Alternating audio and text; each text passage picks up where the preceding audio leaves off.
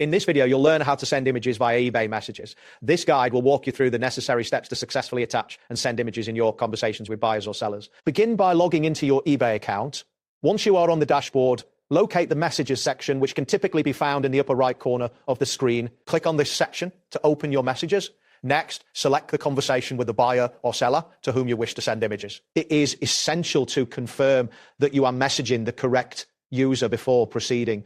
This step is crucial to prevent sending files to the wrong recipient. After opening the correct conversation, click the reply button to open the message editor. This action allows you to compose your message and attach any images you wish to share.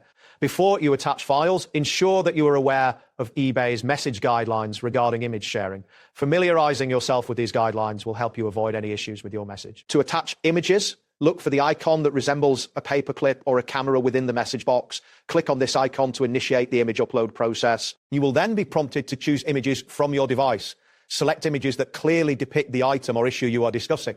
It is important to verify that the files you're uploading comply with eBay's size limits. Large files may take longer to upload depending on your internet speed, so be patient and wait for the uploads to finish completely. Once the images have uploaded, consider adding a brief description in the text box explaining what the images show. Including clear visuals along with your text can help resolve any questions the recipient may have more efficiently. This additional context can facilitate better communication and understanding between you and the other party. Before sending your message, take a moment to review both the text and the attached images. Ensure that the images appear. Once you are satisfied with your message, click the send button. After sending, wait for delivery confirmation to ensure that your message has been successfully sent. Wait. It is advisable to check the conversation later for a response. Additionally, if the images are important, consider saving copies for your records, as proper communication can significantly reduce disputes.